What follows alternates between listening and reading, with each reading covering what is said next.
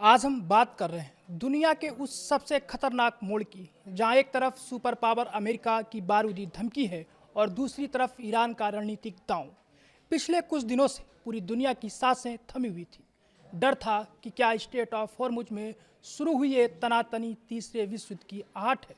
नमस्कार, मैं सौरभ शुक्ला और आप देख रहे हैं न्यूज़ 18।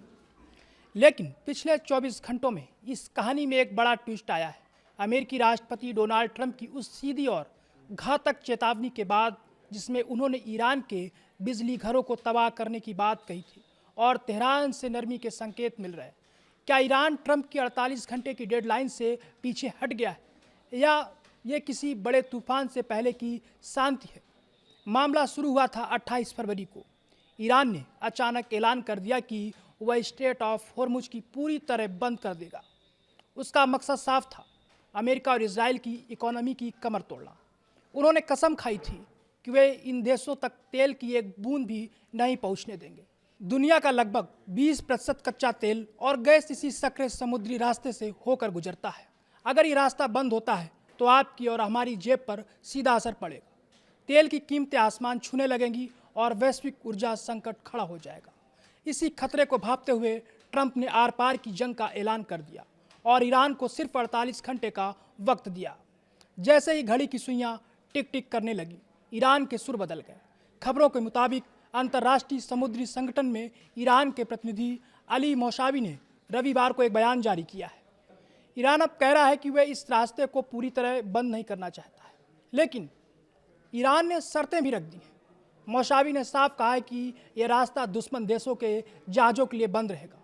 सीधा मतलब है, अमेरिका और इजराइल के झंडे वाले जहाज यहाँ से नहीं गुजर पाएंगे।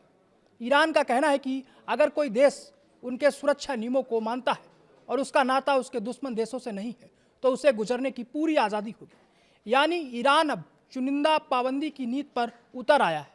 ईरान यहाँ खुद को एक जिम्मेदार देश के तौर पर पेश करने की कोशिश कर रहा है। तेहरान का तर्क है कि खाड़ी में जो भी अस्थिरता है उसके लिए अमेरिका और इजराइल जिम्मेदार है। ईरान ने यहाँ तक कह दिया कि वे जहाज़ों और नाविकों की सुरक्षा के लिए संयुक्त राष्ट्र के साथ मिलकर काम करने को तैयार है।